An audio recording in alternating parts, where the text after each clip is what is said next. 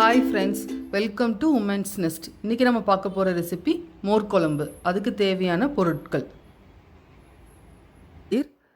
ஒரு வெங்காயம், வெள்ளை பூசணிக்காய் 100 கிராம், அரைக்கிறதுக்கு தேவையான பொருள் தேங்காய், பூண்டு, ஜீரகம், பச்சை மிளகாய், பெருங்காயம்.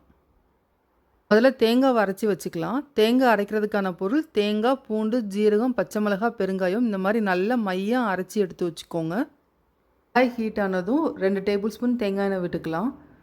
மோர் குழம்புக்கு தேங்காய் எண்ணெய் எக்ஸ்ட்ரா டேஸ்ட் கொடுக்கும். ஆயில் ஹீட் ஆனதும் நறுக்கி வச்ச வெங்காயத்தை போட்டு வதக்கிக்கலாம். இப்போ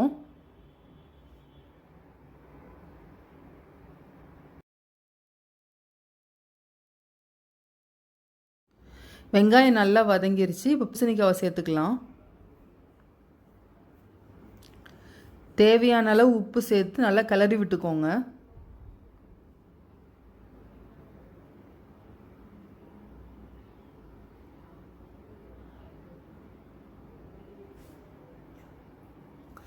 இப்போ அரைச்சி வச்ச தேங்காய் விழுதை நம்ம சேர்த்துக்கலாம். இந்த மோர் குழம்புக்கு ரொம்ப முக்கியமான விஷயமே இந்த அரைச்சி வச்ச தேங்காய் விழுது தான். நீங்கள் தேங்காய் விழுது அரைக்கும் போது தயிர் ஊற்றி அரைக்கலாம், ரொம்ப டேஸ்ட் நல்லாயிருக்கும். அதே மாதிரி தயிர் நீங்கள் அடிக்கும்போது இந்த லம்ஸ் எல்லாம் நல்லா அடித்து வச்சுக்கோங்க. இப்போ தேவையான அளவு தண்ணி விட்டு நல்லா கொதிக்கட்டும். இந்த பூசணிக்காய் இந்த தேங்காய் விழுது நல்லா வேகணும். ஃபஸ்ட்டு லைட்டாக மஞ்சள் பொடி போட்டு ஒரு தடவை கிளறி விட்டுக்கோங்க. இந்த பூசணிக்காய் குக் ஆகிறதுக்கு ஒரு 10 மினிட்ஸ் ஆகும். மீடியம் ஃப்ளேவரில் வச்சுக்கோங்க.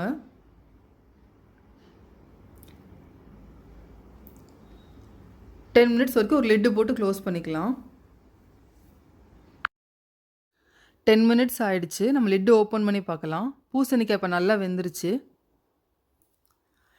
இப்போ நம்ம லம்ஸ் இல்லாமல் அடித்து வச்சுருப்போம்ல மோர், அதை கூட சேர்த்துப்போம். மோர் குழம்புக்கு ரொம்ப முக்கியமான விஷயம், குழம்பு கொதிக்கக்கூடாது. மேக்ஸிமம் 2 to 3 மினிட்ஸ் தான் இருக்கும். நல்லா ஒரு தடவை கிளறி விட்டுக்கலாம். நம்ம இப்போ ஒரு 2 மினிட்ஸில் நம்ம ஆஃப் பண்ணிடலாம் குழம்ப. லைட்டாக அந்த பபுள்ஸ் வரவும் குழம்பு ஆஃப் பண்ணிடலாம். இப்போ ரெடி ஆகிடுச்சு. தாளிச்சிடலாம். அதுக்கு ஒரு பேனை சூடு பண்ணி தேங்காய் எண்ணெய் 2 ஸ்பூன் விட்டுக்கலாம். சூடானதும் கடுகு, உளுந்தம்பருப்பு, 2 வத்தலை கிள்ளி போட்டுக்கோங்க. சேர்த்துக்கலாம். தாளிப்பை மோர் குழம்பு கூட இப்போ சேர்த்துக்கலாங்க. மோர் குழம்பு கண்டிப்பாக கடைசியாக தாங்க தாளிக்கணும். இந்த மாதிரி குட்டி குட்டி டிப்ஸ் ஃபாலோ பண்ணுங்கள். உங்கள் வீட்டு மோர் குழம்பு ரொம்ப சூப்பராக இருக்கும். இப்போ லைட்டாக கொத்தமல்லி இலையை மேலே தூவி விட்டுக்கலாம். நம்ம மோர் குழம்பு ரெடி ஆகிடுச்சுங்க.